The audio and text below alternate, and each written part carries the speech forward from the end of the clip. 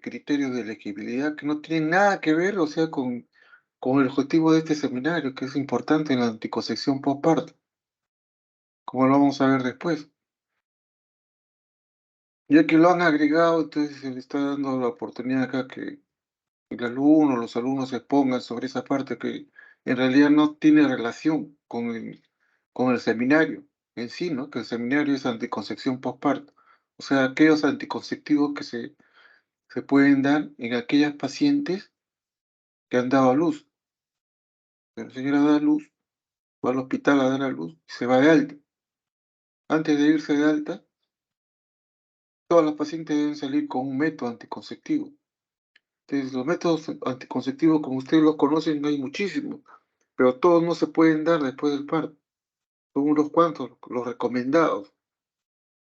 Entonces vamos a revisar eso, porque ustedes vayan a hacer y van a ustedes a hacer orientación y van a recomendar los métodos anticonceptivos que se pueden usar después del parto.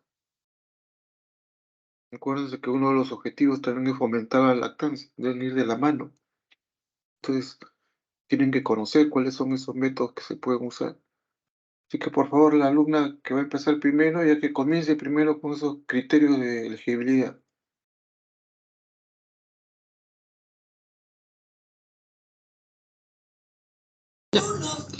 Buenas tardes, doctor. Buenas tardes, compañeros.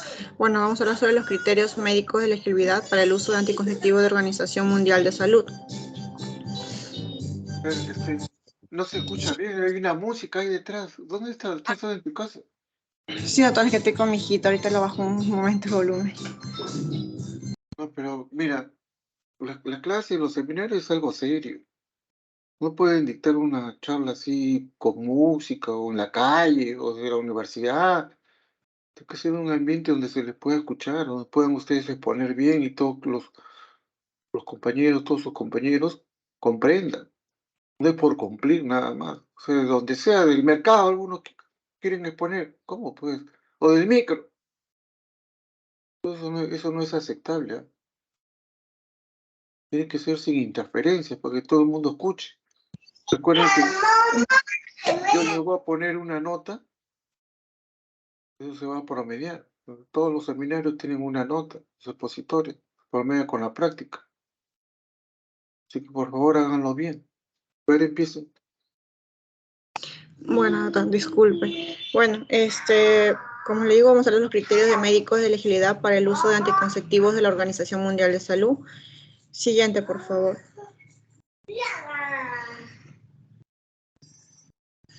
Bueno, antes de poder hablar sobre las categorías usadas, tenemos que saber en cuenta que el criterio médico de elegibilidad es la Organización Mundial de Salud, van a ser una guía para la correcta elección y el uso de métodos anticonceptivos en variadas condiciones de salud. También van a entregar información, ¿no? Con respecto a cuando un método anticonceptivo podría ser un factor de riesgo o emplear una condición médica, o con una condición médica podría disminuir también la efectividad de un método. Estas condiciones se van a clasificar en categorías, en las cuales se dividen en 4. La categoría 1, donde no hay limitaciones para el uso de método. La categoría 2, cuando las ventajas de usar este método superan los posibles riesgos. La categoría 3, que son los posibles riesgos que superan la ventaja de usar el método. Y categoría 4, es el uso de método que representa un riesgo inalcanzable. Siguiente, por favor.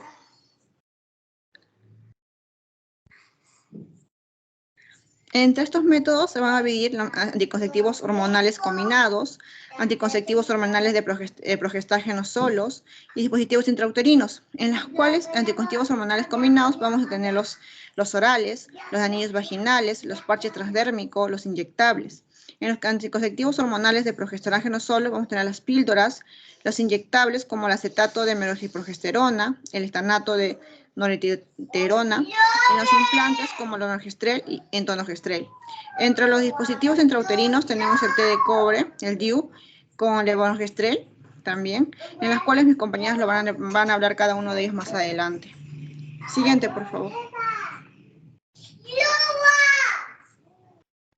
Tenemos que tener en cuenta los métodos no consideraciones de esta presentación.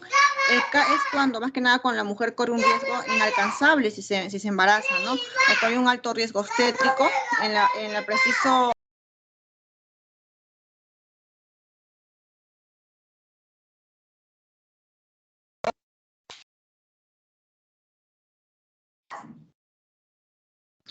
Bueno, los métodos no considerados en esta presentación va a ser, ¿no? Cuando la mujer más que nada corre un riesgo inaceptable si se embaraza, ¿no? Como un alto riesgo obstétrico. Es preciso advertirle, ¿no? El uso exclusivo de los siguientes métodos anticonceptivos que no son recomendables para una elevada tasa de fracaso que se observa en uso habituales, ¿no? En la cual vamos a encontrar el método de barrera, la abstinencia periódica, el método de amenorrea de lactancia y el coito interrumpido, en las cuales también ellos lo clasifican, ¿no? Tanto las dicciones del método y como la modificación de algunas categorías. Como dijimos, estos métodos, los últimos, que son la lactancia materna, el posparto, el método de barrera, esos más que nada no van a ser un riesgo, ¿no? Tanto obstétricos. Siguiente, por favor.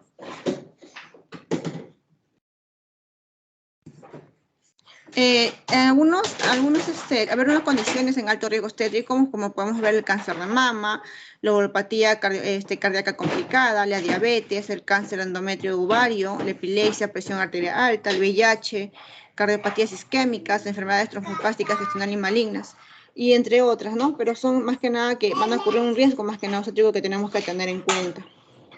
Siguiente, por favor. En la cual, bueno, acá vamos a ver un cuadro donde vamos a poder diferenciar algunos criterios y algunos constitutivos en los cuales vamos a tener en cuenta con las condiciones que se va a presentar. Por ejemplo, se va a dividir primero lo que es los anticonceptivos orales, ¿no? En las condiciones como un tabaquismo en la edad de menores de 35 años va a estar normal, pero en las edades mayores de 35 años, con que consumen mayores de 15 cigarrillos al día, entonces va a estar puesto en la categoría 3 y en la categoría 4. Mayores de 15 cigarrillos al día, es en la categoría 4. Más que nada, en la Organización Mundial de Salud, están basados más en la categoría, la 3 y la 4, en las cuales se va a nombrar, ¿no? En lo que va a posibles condiciones.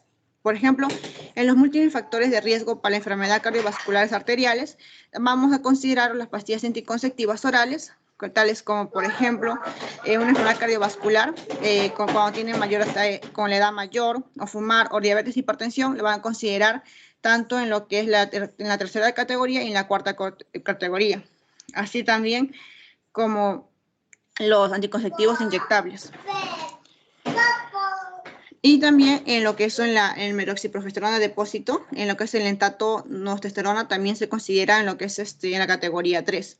En el posparto, por ejemplo, acá vamos a ver que mujeres no amamantando o menos de 21 días posparto, con otros factores de riesgo para esta enfermedad trombobolítica, se va a considerar, ¿no? En los que son anticonceptivos orales inyectables, también en la tercera y en la cuarta categoría. Siguiente.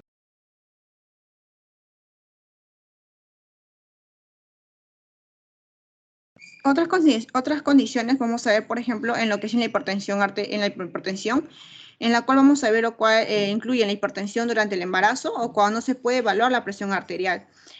Acá le da tanto los métodos anticonceptivos orales como los inyectables, lo clasifican en la tercera categoría. Cuando una hipertensión es controlada adecuadamente o cuando puede evaluarse, ¿no?, la presión, también se considera en la tercera, tanto anticonceptivos orales como los anticonceptivos inyectables en la tercera categoría. También, te queda un minuto, ¿ya? Te queda un minuto. Ya, doctor. Y como dijimos, más que nada, siempre la presión arterial se va a elevar se pone en la tercera y en la cuarta categoría. Siguiente, por favor. Y en cual la trombosis venosa, también vamos a ver que en los anticonceptivos orales, las inyectables, el PPC, y en lo que es la ampolla también se va a considerar en la cuarta categoría y en la tercera categoría. Igual también es considerado el DIU en la tercera categoría. Y las mutaciones trombogénicas conocidas también se va a encontrar lo que es según las anticonceptivos orales, en la cuarta categoría y la inyectable también en la cuarta categoría. Siguiente, por favor. Igual en la cuestión de cardiopatías isquémicas también vamos a ver que se va también en la cuarta categoría en las contiguos orales, en las inyectables, también en los que son en las píldoras progesterona solo, se va a encontrar en segunda y en la tercera categoría. En lo que es el acetato meroxicgesterona depósito también se va a encontrar en la tercera categoría, el implante en el segundo, cuando es inicio y continuación en tercera categoría, el inicio en segunda categoría y cuando es continuo en la tercera categoría. También los accidentes cerebrovasculares se va a considerar las orales en la cuarta categoría, igual que las inyectables, las píldoras progesteronas solo en el inicio de segunda categoría y la continuación en tercera categoría. Igual en los implantes en la segunda categoría de inicio y el continuo en la tercera categoría. Igual en la valvulopatía cardíaca, que es complicada con hipertensión y pulmonar y fibrilación, vamos a encontrar que en los anticonceptivos orales como los anticonceptivos inyectables en la cuarta categoría. Siguiente, por favor. Ya, termine, por favor, termine, porque si no, no nos da el tiempo. Tenemos siguiente, nos por queda favor, 20 minutos. Siguiente, soy. Otros criterios, por ejemplo, los trastornos neurológicos, también acá vamos a ver cuando se encuentran no migrañas y con migrañas, en acá las personas que tienen pues no mayores de 35 años, se considera cuando es inicio en la tercera categoría, cuando es continuo en la cuarta categoría, igual con aura, cualquier edad, también se va a considerar inyectables y orales como los inyectables en la cuarta categoría, igual en lo que son las progesteronas solo, se va a considerar en la tercera categoría, en lo que es también en la parte de implante de tercera categoría, en el DIU también consideran en la tercera categoría cuando es continuo. Siguiente, por favor. Ya listo, el siguiente alumno, por favor, que presente sus diapositivas. Sí, doctor. ¿Qué tal? Buenas tardes. ¿Se me escucha bien? Vamos a hablar de la segunda parte. Mi nombre es Úrsula Vilés. Y bueno, vamos a hablar de la segunda parte. Acá nos vamos a dedicar a infecciones y patologías del tracto reproductivo. Siguiente, por favor. Tiene Con mi 5 corto minutos, tiempo. ¿no? Tiene 5 minutos. Está bien, doctor. Voy a tratar de resumir todo lo que pueda. Bueno, tenemos acá un cuadro que es adaptado de la OMS y es un riesgo de cánceres reproductivos que está asociado al uso de los anticonceptivos. Entonces, nosotros vamos a ver acá, en resumidas cuentas, acá en el cáncer de ovario, vamos a ver que la protección se va a mantener por más de 10 años después de su uso porque tiene un menor riesgo relativo. Entonces acá lo vamos abordando. En el cáncer de endometrio vemos acá que su uso, su riesgo relativo disminuye, ¿no? Asociado al uso de anticonceptivos, ¿no? Nos ubicamos a los 4 años. Y en el cáncer de mama ya el riesgo va a desaparecer a los 10 años del uso, al uso asociado a los anticonceptivos orales, ¿no? Siguiente, por favor. Más que nada, estos son estadísticas. Bueno, respecto al cáncer cervical y al anticonceptivos orales. Bueno, en las mujeres infectadas con ya los tipos oncogénicos del virus del papiloma humano, el uso de anticonceptivos orales por más de 5 años se va a asociar a un incremento en el riesgo relativo del cáncer cervical. Hay que tener claro, este es el intervalo de confianza, no, perdón, este es el riesgo relativo que es un 2.8 y tiene un intervalo de confianza del 95%, ¿no? Y el riesgo va a disminuir cuando suspendemos el uso y desaparece el riesgo a los 10 años, ¿no? Hay que tener claro esto. El siguiente, por favor.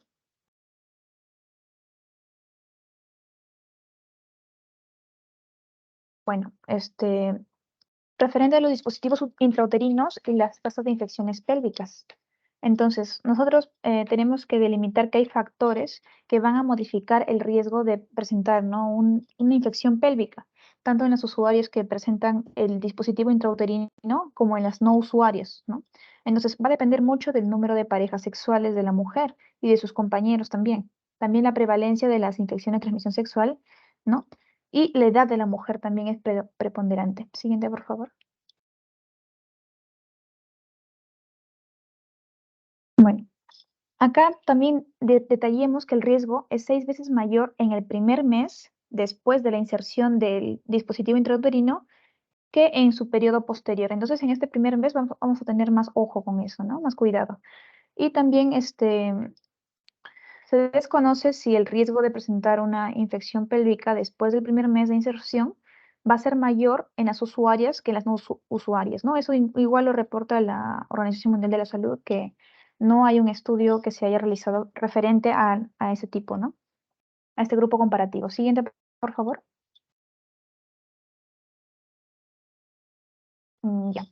Dispositivo intrauterino y cáncer. Bueno, se ha encontrado una disminución en el riesgo de cáncer de endometrio en usuarias del dispositivo intrauterino en 9 estudios de casos y controles.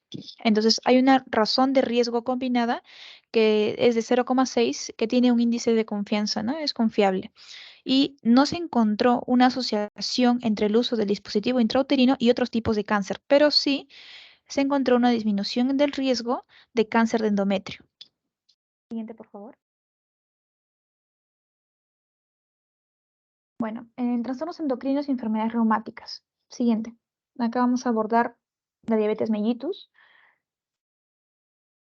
Sí, ya. Bueno, en las mujeres con diabetes, tanto insulino dependiente como no insulino dependiente, el uso de estos anticonceptivos hormonales combinados va a tener un efecto limitado en los requerimientos diarios de insulina. Esto es en el corto plazo, pero se recalca en el estudio que no hay un control a largo plazo de la diabetes. Por ejemplo, en los niveles de hemoglobina glicosilada, o también no va a haber una disminución del riesgo a su progresión a retinopatía, ¿no? Hay que tener claro eso. ¿Qué es la preocupación crucial acá? Es que la enfermedad vascular va a ser ocasionada por la diabetes y el riesgo adicional de trombosis arterial por el uso de estos anticonceptivos hormonales combinados, ¿no? Esta va a ser la preocupación principal. Siguiente, por favor.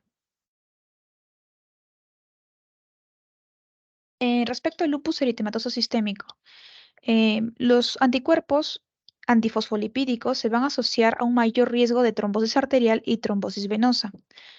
Las personas con lupus eritematoso sistémico tienen un riesgo mayor de sufrir cardiopatía isquémica, tanto accidentes cerebrovasculares, una tromboembolia venosa. Entonces, también otro factor de riesgo va a ser la trombocitopenia severa, que va a aumentar esto el riesgo de hemorragia. Siguiente, por favor. Te queda un minuto. Sí, doctor. Patologías gastrointestinales. Sí. Siguiente, por favor, Anani. Bueno, acá, bueno, más que nada menciona las enfermedades de la vesícula biliar, ¿no? Que los anticonceptivos hormonales combinados pueden causar un aumento en el riesgo de enfermedades de la vesícula biliar, ¿no? También están los antecedentes, que, bueno, siguiente, por favor, Anali. Vamos a las conclusiones y recomendaciones rápidamente.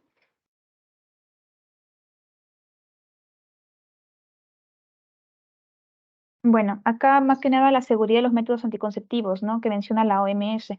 Los métodos anticonceptivos modernos son seguros para la mayoría de mujeres, pero algunos tienen efectos benéficos para su salud, como los anticonceptivos orales que van a prevenir el cáncer, como se mencionó, ¿no? Mediante en base a estudios, van a prevenir el cáncer endometrial o si no lo previenen, van a disminuir su riesgo relativo, tanto el cáncer endometrial y el cáncer ovárico, los embarazos ectópicos, la anemia y los quistes ováricos, ¿no?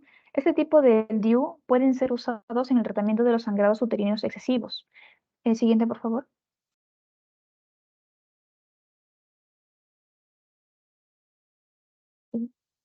Bueno, acá hay ciertas condiciones que son factores de riesgo, como el cigarrillo, la hipertensión arterial y la edad, que van a influir en el riesgo de enfermedades, como se mencionó también mi compañera, cardiovasculares y el uso de anticoncepción hormonal combinada. Y hay ciertas patologías que van a restringir el uso de métodos determinados. Los principales que mencionó mi compañera eran las categorías 3 y 4 de estos criterios de la OMS, que van a ser las enfermedades cardiovasculares y el uso de la anticoncepción hormonal combinada. Y también las ITS, infecciones de transmisión sexual o riesgo de ITS y el uso del dispositivo intrauterino, ¿no? Siguiente, por favor. Creo que ahí culmino. Termine ya, termine, por Sí, favor. sí, ahí culmina, doctor. Ya eso es bibliografía más que nada. Y a los Ya alumnos que terminé. van a Sí. presentar la anticoncepción postparto, Sí, doctor, ya voy a proyectar las ¿quiénes, diapositivas. ¿quiénes son? Por favor, dígame su nombre. ¿Quién va a empezar?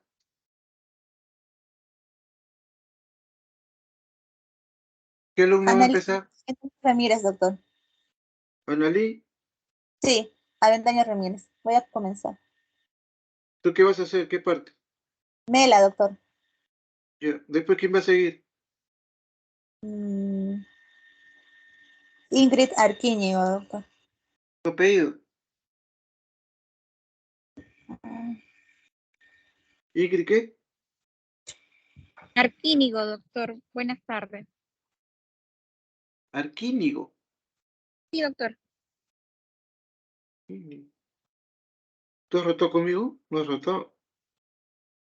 No, doctor, yo estuve con el doctor Cabrera. Ya, pues, empieza, Nelly. Tiene 5 minutos.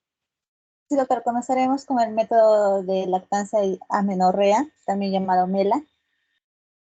Bueno, este es un método natural. Este método consiste o se basa en la infertilidad natural del posparto, que ocurre cuando una mujer está amenorreica y amamanta plenamente. Bueno, para poder obtener este método, la paciente debe de cumplir 3 condiciones. Estas son que la paciente se mantenga en amenorrea y que no haya sangrado después de los 42 días, que la lactancia sea exclusiva, un promedio de 10 a 12 veces durante el día con un intervalo no mayor de 4 horas y en la noche no, cada 6 horas y que se encuentre dentro de los 6 meses postparto.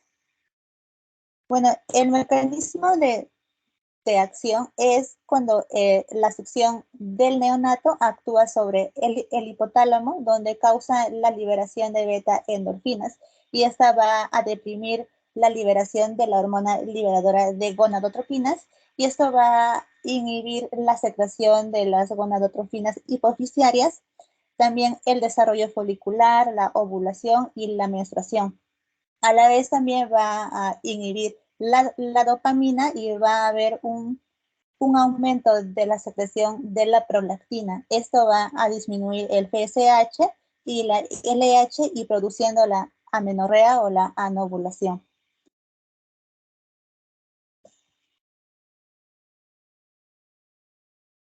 En las indicaciones, esto es inmediatamente después del parto. El patrón de lactancia es regular durante todo el día. El patrón ideal es menos de 10 a 12 veces por día. Estas son las primeras semanas después del parto, luego de 8 a 10 veces por día y al menos una vez durante la noche. También esto se usa sin suplementos, sin biberón y sin chupetes. También se da incluso cuando la madre o el bebé estén enfermos. ¿Cuándo iniciar otro método? Cuando la madre nos indique que el bebé es mayor de 6 meses, cuando no está amenorreica o cuando ya no es una lactancia exclusiva. Entonces, cuando en todos estos tres criterios la madre dice no, entonces hay una mayor posibilidad de embarazo y para que no tenga otro embarazo hay que continuar con otro tipo de protección y que continúe con la lactancia materna. Bueno, en las contraindicaciones son para mujeres que tengan contradicciones para dar de lactar, portadoras de VIH, mujeres que no cumplan con los 3 requisitos para MELA. Las limitaciones, esto también depende de la usuaria, ya sea por circunstancias sociales, laborales o por costumbre. La madre portadora de VIH, que esto puede infectar al neonato a través de la lactancia y la tasa de fallos en la falla teórica es un embarazo por 100 mujeres en los primeros 6 meses postparto. En la falla de uso o en la práctica son 2 embarazos por 100 mujeres en los primeros 6 meses postparto.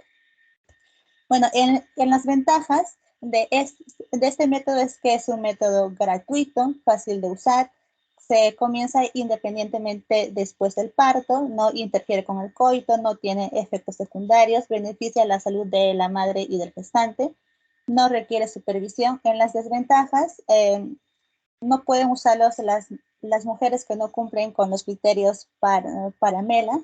La duración del método es limitada porque solamente va a estar dentro de los 6 primeros meses, no protege contra la ITS o la VIH y tampoco no es recomendado en pacientes portadoras de VIH. Bueno, doctor, eso es todo por mi exposición. ¿Quién sigue?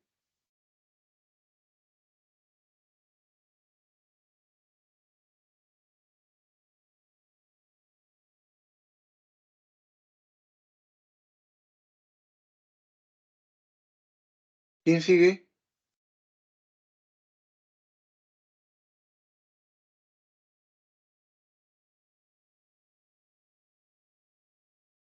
Yo sigo, doctor. Ahorita voy a proyectar la pantalla.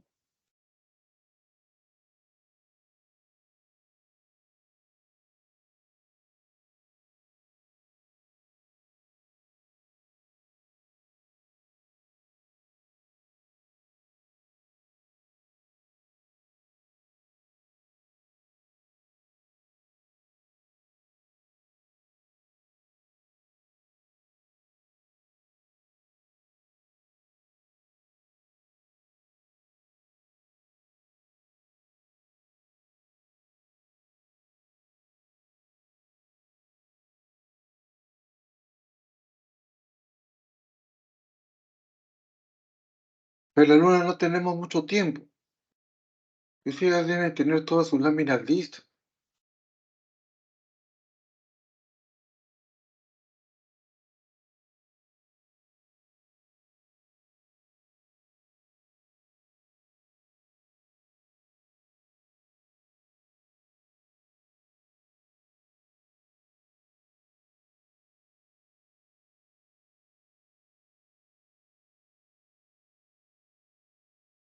Alumna,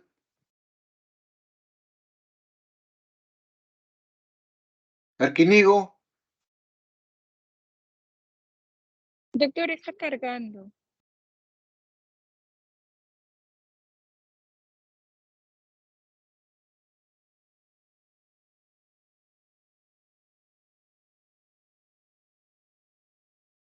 ¿qué otro alumno siga?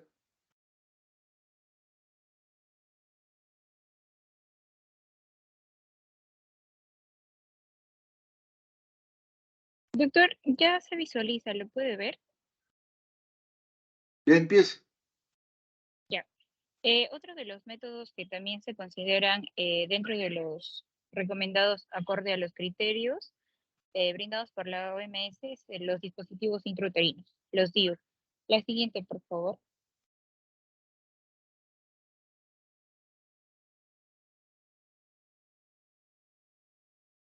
Bueno, básicamente digamos, este método consiste en tener un dispositivo anticonceptivo que se va a colocar intrauterino, que puede ser de cobre o puede ser también el hormonal que contiene el levogenestel.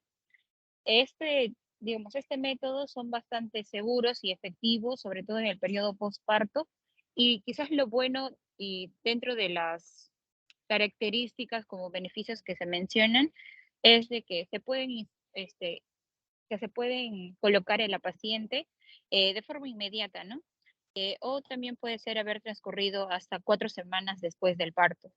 También mencionan que dentro de los beneficios y el por qué quizás utilizar un dispositivo intrauterino postparto, porque es un método anticonceptivo de forma reversible con una acción prolongada. Es un método también que es de muy bajo costo, que se puede insertar de forma inmediata, sea después de haber expulsado la placenta, sea por un parto vaginal o quizás por un parto de cesárea como tal. También mencionan de que es un método bastante útil, sobre todo para poder espaciar los embarazos en situaciones quizás en las cuales el acceso a una atención médica puede ser limitado, ¿no? Ya que este tipo de métodos pueden durar hasta, por ejemplo, los 5 años, ¿no?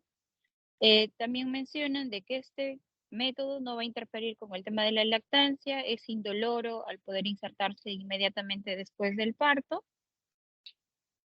Y también uno de los beneficios es de que la perforación no tienen riesgo de perforación uterina y que el riesgo a una infección es bastante bajo.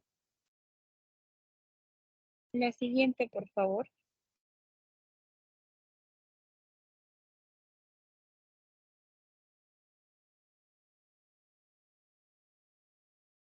Bueno, para ello se necesita también, mencionan dentro de lo que yo pude leer de acuerdo al manual de la FIGO, que se podía insertar ya sea con ayuda de unas pinzas que podemos ver ahí en las diapositivas, que por lo general son de una medida de 24 centímetros, ¿no?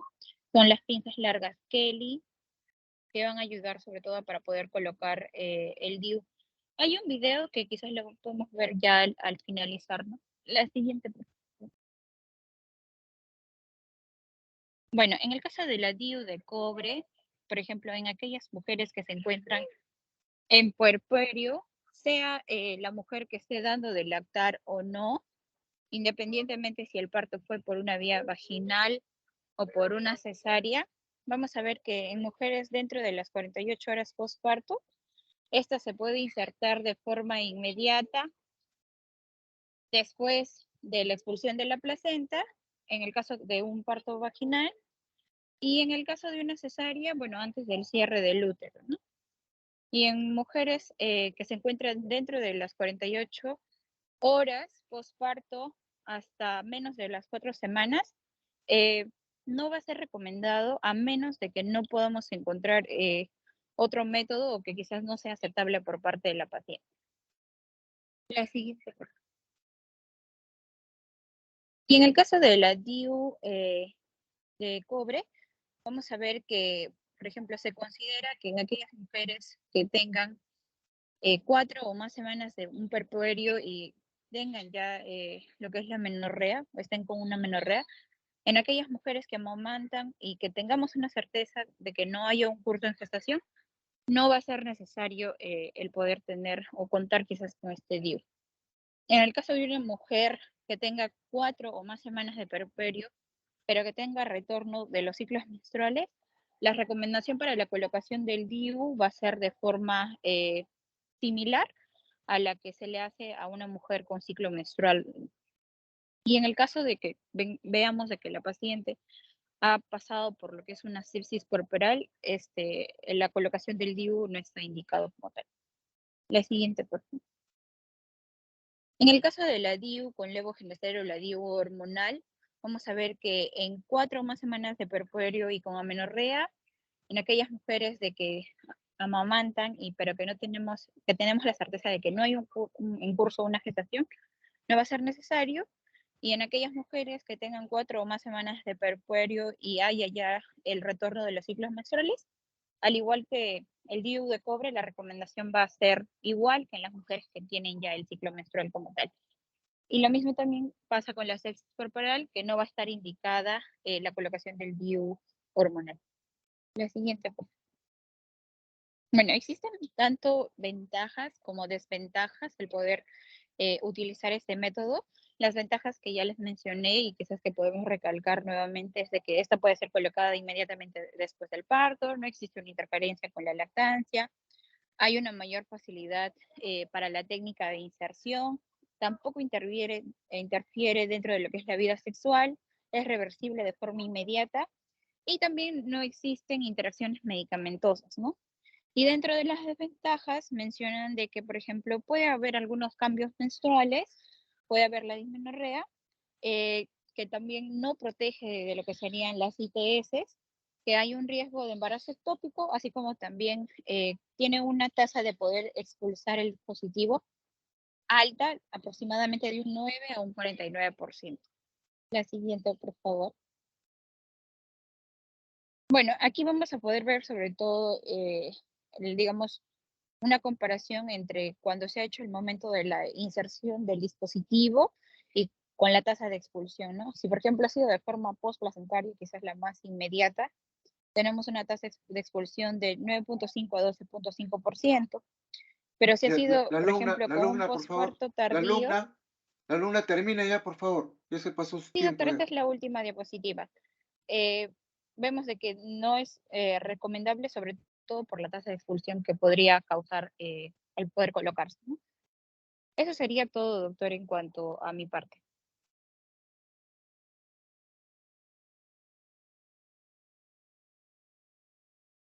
¿Quién sigue? Buenas tardes, doctor Astu Cóndor. Bueno, yo voy a hablar acerca de los progestágenos en el periodo del posparto. Bueno, comenzar de que estos progestágenos solamente van a contener, como el mismo nombre lo dice, progestina. También de que van a ser eficaces, de efecto rápido, son recomendables según la OMS después del parto inmediato y de que no va a haber alguna alteración en la lactancia materna, porque no va a haber una variabilidad, ya sea tanto en la composición de la leche, ni tampoco el volumen, ni tampoco en una normalidad en el desarrollo y crecimiento del niño. Acerca del mecanismo de acción, principalmente va a impedir la ovulación, también de que va a espesar el moco cervical, impidiendo así la entrada de los espermatozoides hacia las trompas y también impide el crecimiento uterino. Acá podemos ver un resumen, ¿no? De lo que de las hormonas progestágenos, de los anticonceptivos. Podemos verlo ya sea en forma de píldoras, inyectables, como también implantes. Acá también podemos mencionar acerca de los criterios de elegibilidad, el cual ya le había comentado a mi compañera, y pues solamente enfatizar, ¿no? De que la forma inyectable no va a estar recomendable antes de antes de las 6 semanas postparto, mientras que los demás sí son recomendables, ya sea de categoría 2, en el cual las ventajas son mayores que los riesgos, o después de las 6 semanas que ya se considera beneficioso, de categoría 1. Comenzando con las píldoras, pues esto va a tomar mucha importancia en la paciente, porque esto va a necesitar una motivación continua, un uso diario, una responsabilidad por parte de la paciente, porque una vez que se suspende estas píldoras, pues entonces hay un rápido retorno a la fecundidad. También podemos mencionar estos efectos secundarios que son los más comunes, al igual que los demás anticonceptivos siguientes que voy a mencionar. Por ejemplo, podemos mencionar la cefalea, cambios de apetito, ya sea un aumento o una disminución. Por ende, va a haber también una variabilidad en el peso, amenorrea, mastalgia, náuseas, mareos y depresión. En el caso, según el MINSA, pues considera que en mujeres que dan de lactar es recomendable usarlo después de las 6 semanas. Eso era una categoría 1, también según el OMS. Pero hay mujeres en las cuales no se sienten muy seguras con esta forma por ejemplo, con el método de la lactancia o la menorrea, y pues prefieren otros métodos, ¿no? Como por ejemplo estos, que sí son recomendables o aceptables. Y también como estrategia de no poder tener seguimiento adecuado de la usuaria. También en el caso del posaborto, pues se puede dar en los primeros 5 días.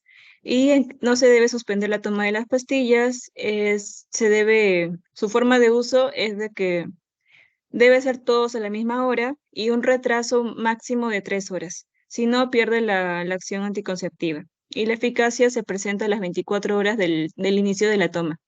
En el caso de la mini píldora, pues acá podemos ver una variedad de presentaciones y va a depender mucho de qué usuario estamos hablando. Por ejemplo, de las que llegan a amamantar. En este caso, como hay menor riesgo de ovulación, se les recomienda después de la 6ª semana de posparto. Si en caso la mujer pues no hace amamantamiento exclusivo y hay alguna lactancia, no hay una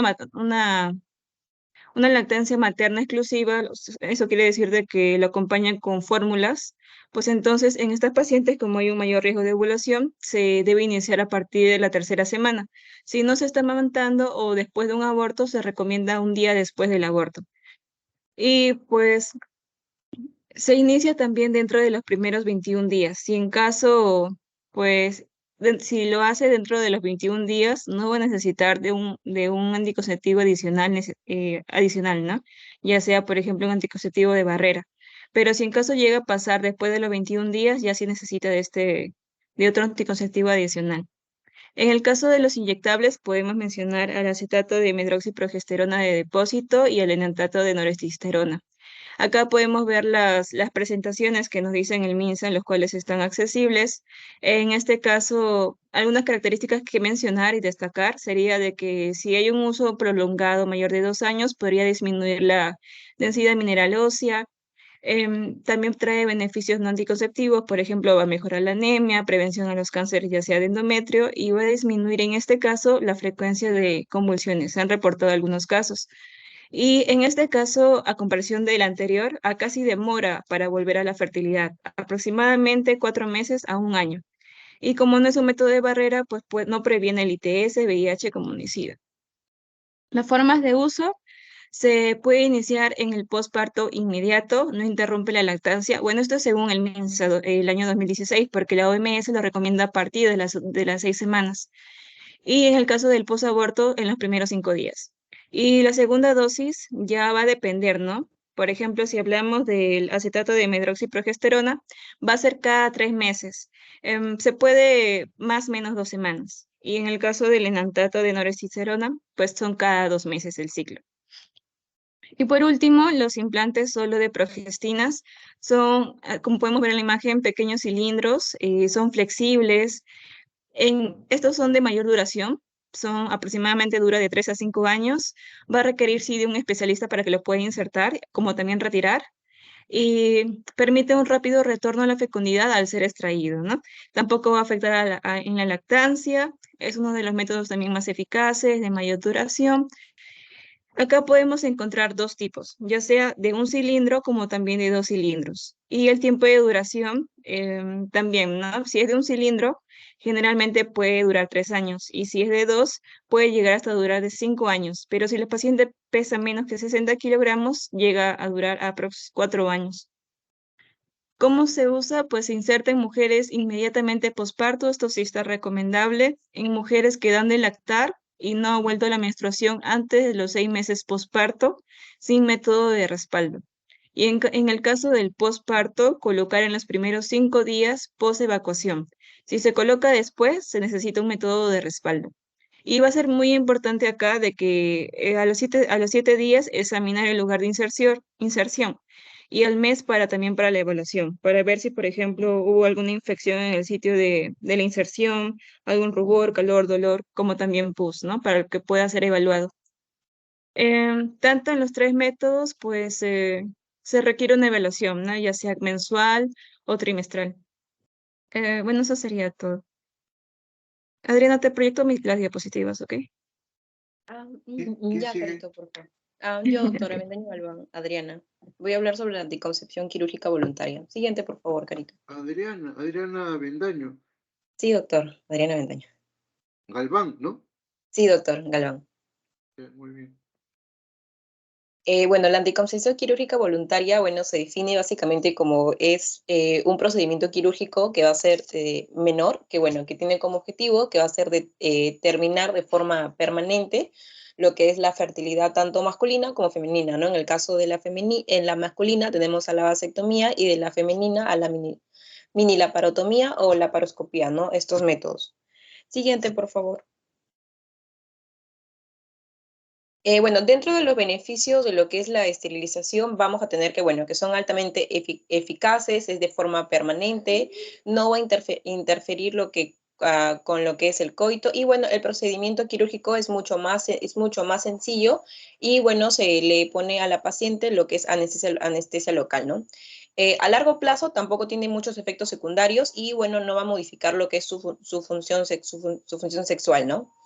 Es recomendable también justamente que se le ponga a la paciente cuando presente un alto riesgo para embarazo, ¿no? Dentro de sus limitaciones vemos que, bueno, debe considerarse que, bueno, se le comunica a la paciente que este va a ser de forma permanente, no es reversible, y bueno, dado que esto pueda hacer que la paciente luego a futuro se pueda arrepentir, ¿no? También puede haber complicaciones, pero son muy pocas en lo que es anestesia general, ¿no? Bueno, va a presentar dolor, malestar a corto plazo y bueno, después de que se va a realizar lo que es el procedimiento en sí, ¿no? Y bueno, una de las alimentaciones de esto es que, bueno, protege contra embarazos, pero no contra las ITS, ¿no? Puede contraer hepatitis, VIH, SIDA, entre otras, ¿no? Siguiente, por favor. Bueno, la anticoncepción quirúrgica voluntaria femenina, bueno, como ya mencioné, es un método anticonceptivo permanente, bueno, que se va a realizar mediante una cirugía electiva, es de complejidad intermedia y bueno, esto lo que va a hacer es que va a impedir lo que es la unión del óvulo con el espermatozoide a lo que es al nivel de la trompa, ¿no? Con el fin, básicamente, lo que es evitar la fertilización, ¿no?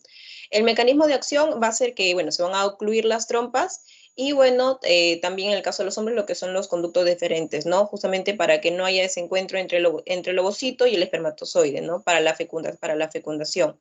La tasa de efectividad es una falla teórica de 0.5 embarazos por cada 100 mujeres dentro del primer año. Y bueno, la falla de uso tópico de 0.5 embarazos por cada 100 mujeres en el primer año. Siguiente, por favor. Hay ciertas contraindicaciones que vamos a ver para el AQE, bueno, dentro de las psicosociales, ver, bueno, que no presente alguna presión, tanto sea por la pareja o por el cónyuge, sí que esta decisión se ha tomado bajo presión de la persona, o si es que presenta algún conflicto religioso cultural, ¿no? Y ver que, bueno, no hay irreversibilidad y, bueno, por ejemplo, que esta paciente presente alguna depresión severa o alguna enfermedad psiquiátrica, ¿no? Y también en caso de que no sea, bueno, que sea adolescente, ¿no? Siguiente, por favor. Y bueno, dentro de las médicas, la OMS lo cataloga como la ACRS. Dentro de la A, tenemos que aceptar que, bueno, la paciente no va a tener ninguna razón médica al que se le va a negar la AQB.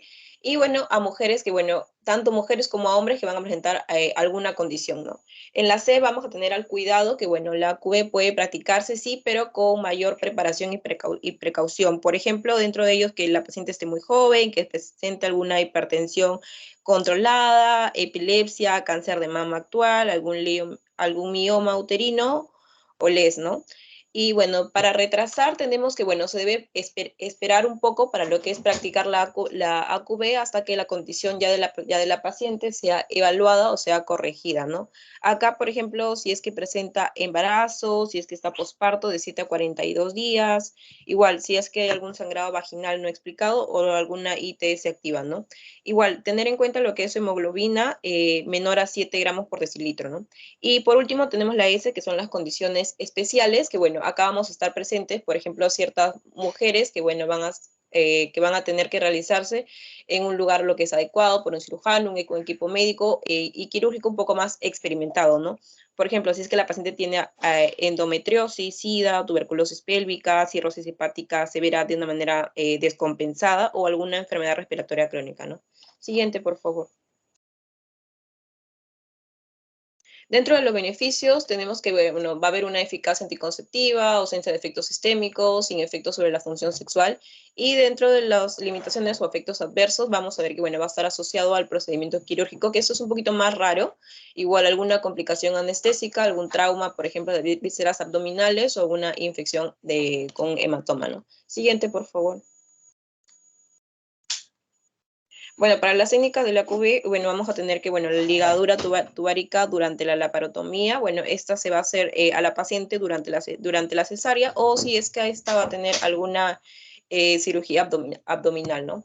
No vamos a centrar lo que es la mini laparotomía. Bueno, va a corresponder al método que se va a utilizar, es mucho más usado en lo que es la esterilización femenina a nivel mundial. Y bueno, se realiza mediante la cirugía de Pommery, que bueno, es originalmente que es con la que se realiza más. Y bueno, es considerada una cirugía mayor que se puede realizar también posparto, posaborto también.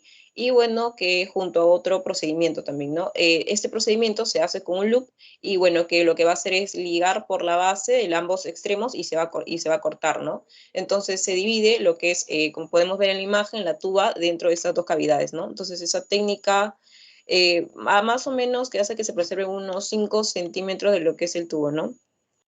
Siguiente, por favor. Es Pomeroy, no es Pomere. Es Pomere. Ya, sí, Pomere. Siguiente, ya, ok. La laparoscopía, bueno, estas en las técnicas menos invasivas, con la anterior, que bueno, se va a ocluir mediante electrocoagulación y bueno, por aplicación de, bueno, como podemos ver en la imagen, mediante clips o anillos. Y bueno, acá también es la decisión básicamente para lo que es la experiencia del cirujano en sí, ¿no? Entonces como que lo va a ayudar mucho a la paciente, ¿no? Dentro, por ejemplo, de los clips se va a utilizar el Hulka Clemens y el clip de Fishy y el anillo tubárico o de Young también, ¿no? Siguiente, por favor. Y por último. Sí.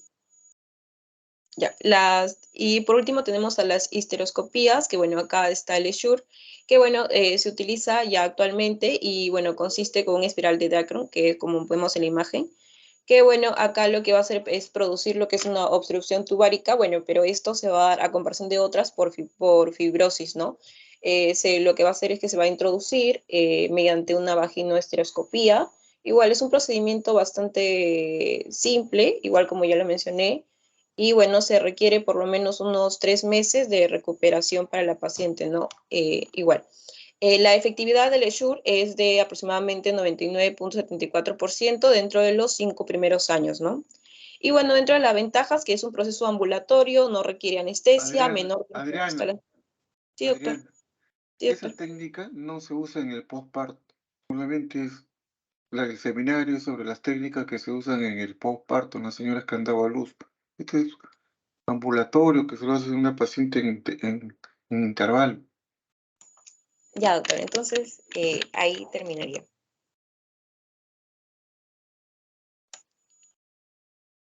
Me han dejado apenas 2 minutos. Me voy a pasar la lista un ratito. Voy a compartir la lista, descargar la lista de asistencia.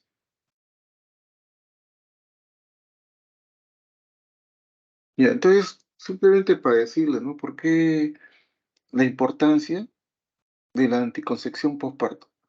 Esto de la anticoncepción postparto fue una estrategia que se estableció en los años 90, en la década de los 90, junto con masificar los métodos anticonceptivos, ¿no?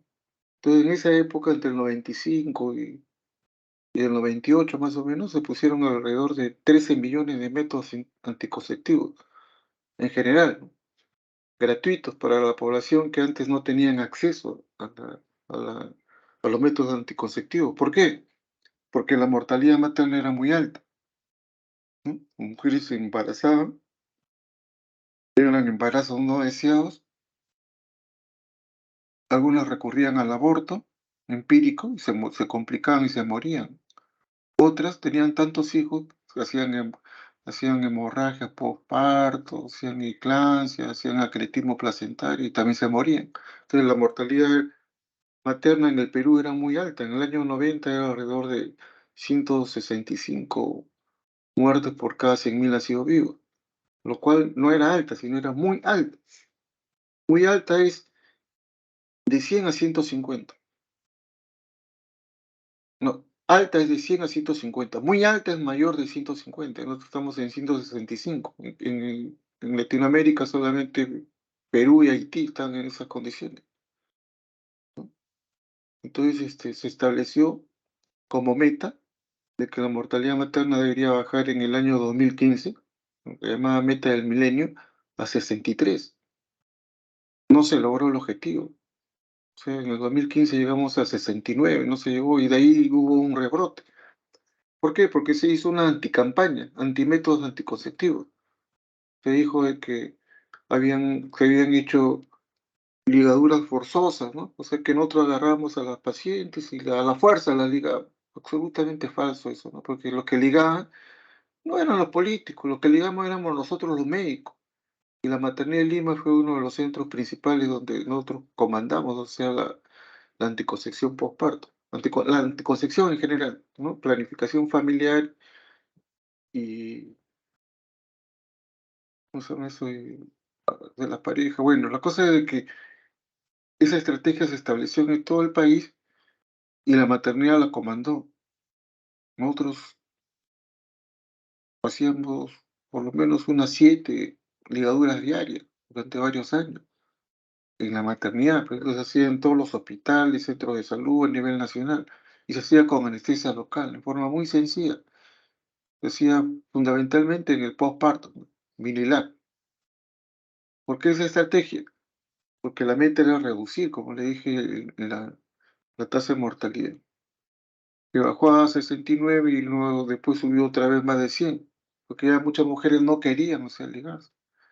Ese era el resultado, ¿no? De la crisis profunda que vivimos nosotros como peruanos en la década de los 80. Los malos gobiernos de esa década, más el terrorismo, ¿no? El aislamiento, fue terrible para el Perú. Tocamos fondo en el año 80. Entonces las mujeres, en realidad los pobladores de las zonas rurales vinieron a las ciudades a poblarlas, corridos del terrorismo, crearon gran cantidad de asentamientos humanos alrededor de las ciudades. Y acá en Lima no fue la excepción, pues. Más o menos de 1 millón a 2 millones de desplazados hubieron, de migrantes, sobre todo en las zonas de la sierra, ¿no? Que venían corridos, digamos, del terrorismo. Esa pobre gente se asentó ahí alrededor de las ciudades, en los arenales o en los cerros, y no tenían luz, no tenían agua, no había colegio, no había postas médicas, no tenían acceso a los métodos anticonceptivos ni nada de eso. Y esas mujeres se embarazaban todos los años, no se controlaban el embarazo. Se embarazaban y venían a última hora, llegaban, a veces ni llegaban, se morían en sus casas, no tenían ni para el pasaje. Era gente muy humilde, muchos eran quechohablantes. Entonces había que hacer algo, ¿no? Entonces, una de las cosas fue el control prenatal, ¿no? El parto institucional y los métodos anticonceptivos. Eso fue lo más importante, o sea, poner los métodos anticonceptivos a disposición de la población.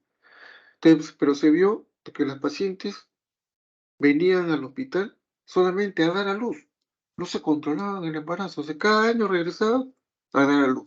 Ya tenían 7, 8, 9, 10, 12, 14 hijos y seguían viniendo todos los años a dar a luz. Había que frenar eso. Entonces, una de las medidas fue la anticoncepción postparto. Ya, todas las señoras que vienen a dar a luz se van con su método anticonceptivo para que no regresen el otro año. Si son jóvenes, tienen recién su primer, segundo bebé, bueno, van a espaciar 2, 3 años. Si ya tuvieron su número de hijos, tienen 7, 8, 9, 10, 12 hijos, bueno, ahí tienen la posibilidad de que se liguen. Eso en forma voluntaria. Pero se llama anticoncepción quirúrgica voluntaria. No es anticoncepción quirúrgica forzosa, es anticoncepción quirúrgica voluntaria. Ese es el nombre de este programa, ¿no? El AQB.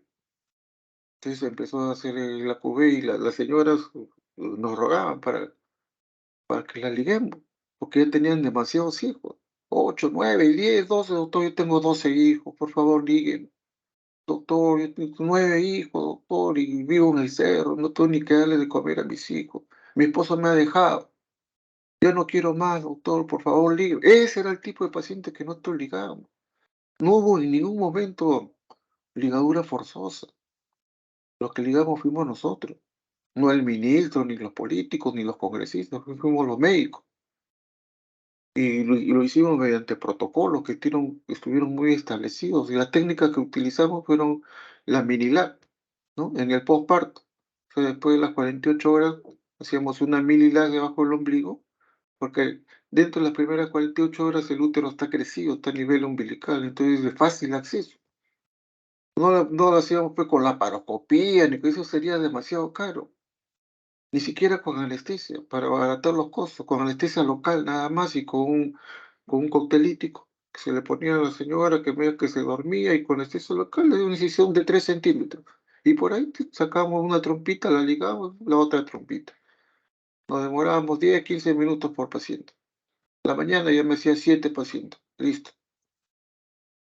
Eso es la realidad. Y todas las pacientes firmaban, o sea, su consentimiento para ser ligadas. Y logramos reducir la mortalidad materna, como les digo, de 165 a 69, logramos a bajar. O sea, ¿cuántas mujeres se salvaron por haberse ligado? Y de otra manera, si no se hubieran ligado, hubieran muerto. Y no fue el único método. Y la AQV fue para las pacientes que ellas mismas deseaban ya no tener más hijos, tenían una paridad satisfecha o eran de alto riesgo obstétrico, ¿no? Como cesárea 2 veces, 3 veces, cuáles había que ligarlas también. Que un nuevo embarazo es demasiado riesgo. Y eso es lo que se hizo, simplemente. A ustedes les han contado un cuento de que hicimos ligaduras forzadas, que los médicos agarramos a las pacientes a la fuerza, entre 4 lo agarramos, uno en las piernas, el 2 en las piernas y 2 de los brazos, y la llevamos a sala de operaciones, la anestesiamos a la fuerza, la cortamos y la ligamos. Esa es la idea, ¿no? Es que les han vendido a todos. La población, y la población cree que hicimos eso. Eso es absolutamente falso. De repente pudieron haber algunos casos, ¿no? De pacientes que se complicaron, de pacientes que no les informaron bien. Eso puede ser, pero jamás, o sea, podría haber una ligadura a la fuerza, es imposible. Ninguna mujer se va a dejar ligar a la fuerza. ¿Quién se deja que a la fuerza la metan a sala de operación? Es que tenemos que secuestrarla, ¿no? Anestesiarla antes de llevarla a sala. Si no, no se va a dejar, va a empezar a gritar y todo lo demás. Es imposible, es un cuento macabro, ¿no? Que han hecho para desprestigiar a los médicos, para desprestigiar los servicios de salud que fueron exitosos en la lucha contra la mortalidad materna, mortalidad infantil. Se redujo muchísimo la tasa de fecundidad, se redujo también bastante. O sea, se mejoraron todos los indicadores de salud, entre ellos la mortalidad materna, ¿no? Que era lo que más nos interesaba a nosotros, que no se murieran tantas mujeres por causa del embarazo, parto y puerperio. Entonces, la anticoncepción postparto cumplió su fin, o sea, era que las señoras no se vayan de alta así nomás y regresen al otro año, no, tienen que irse con un método. Entonces, los métodos que se propusieron, ya los compañeros lo han expuesto muy bien. El MELA, que es un método natural sin costo, pero protege 6 meses nada más, eso es lo malo, no más allá. Pero por lo menos ya 6 meses, porque no se embarace inmediatamente, esos 6 meses le va a dar tiempo para buscar otro método de repente. El implante, los métodos hormonales, ¿no? Lo que había antes era el Norplan.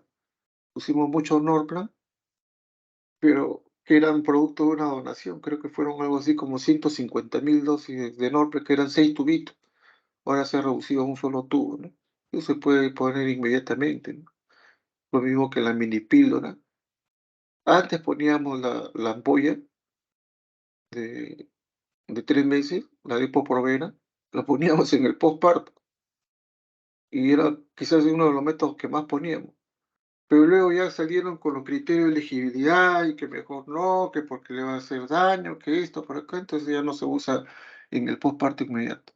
Más es el implante, que es lo que tenemos ahora, y la pildipíldora, los pesos hormonales.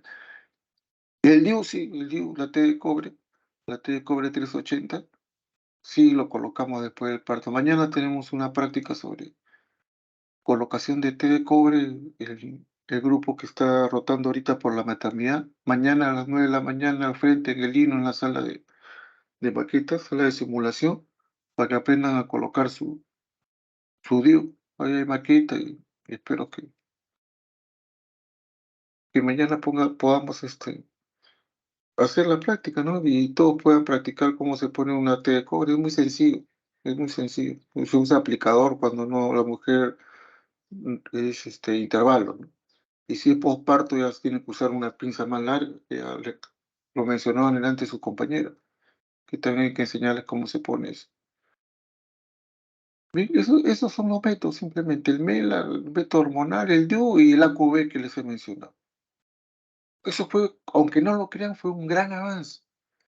Este seminario yo lo dicto después de más de 20 años, propiciando a todos los alumnos, a los que se van al CERUM, ¿no? Para que en el CERUM ustedes orienten a la paciente y hagan de que todas las puérperas se vayan con su método anticonceptivo cuando salen de alta. Eso es fundamental.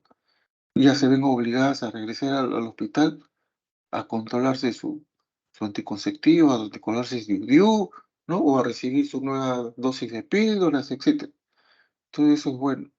Entonces ya la paciente se comenzó a acostumbrar a ir al hospital. Como los métodos son gratuitos, entonces no hay ningún problema, no hay ningún argumento, o sea, para que ellas dejen de asistir. Antes, bueno, era por el precio, ¿no? Tan caros los anticonceptivos, no estaban al alcance de la gente pobre, no estaban al alcance del pueblo, solamente la gente que tenía dinero.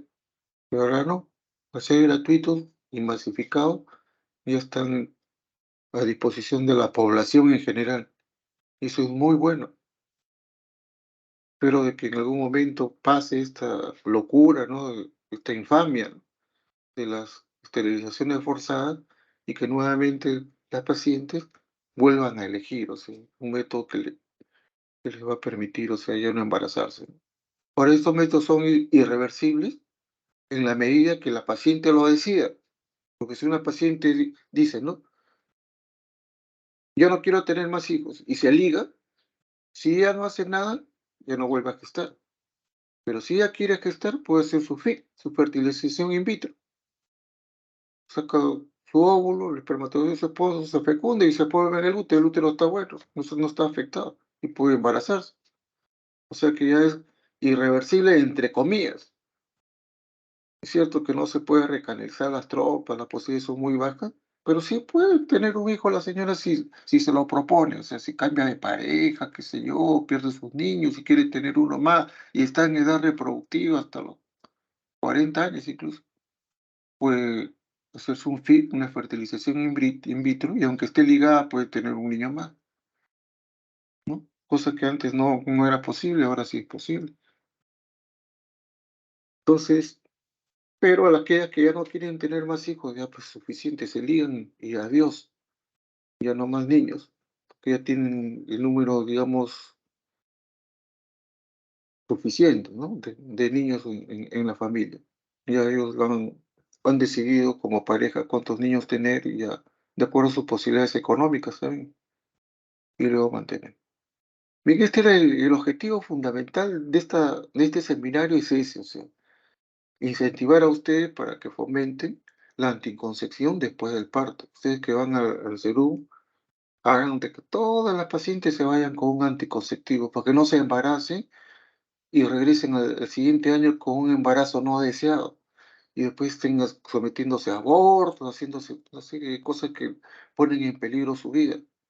O si ya tienen muchos hijos, ¿no? Se complican, la placenta previa, hemorragia, percaletismo placenta, se mueren las señoras.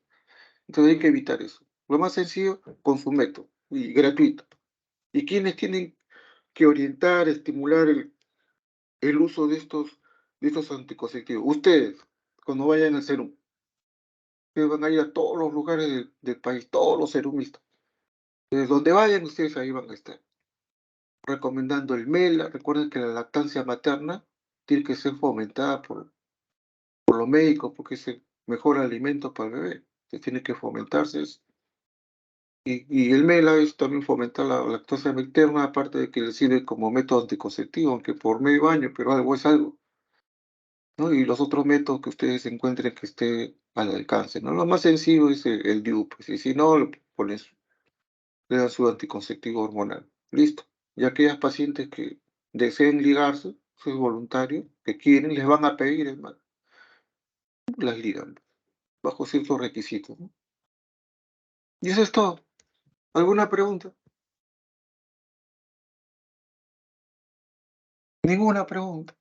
Mañana en el seminario yo comienzo a preguntar sobre, y igual, tú no saben nada. Dios mío, lo veo, ¿no? Yo les dicté la clase de parto, les dicté la clase de puerperio, les pregunté la clase de distosia de la dinámica uterina. Después les pregunto, después de unas semanas, y ya no se acuerdan de nada. Ustedes tienen que leer, por favor, lean siempre todas sus clases teóricas. Y mañana, el alumno que ponen la parte práctica tiene que exponer, ¿no? Uno expone el tema y el otro expone el caso clínico. Y luego hacemos la práctica que es inserción del DIN. Muy bien, si no hay ninguna pregunta, ¿no hay preguntas? No hay preguntas. Entonces, damos por terminado el seminario. Muchas gracias a todos por su presencia. Ya nos estamos viendo en otra oportunidad. Gracias y hasta luego. Gracias, doctor. Buenas tardes.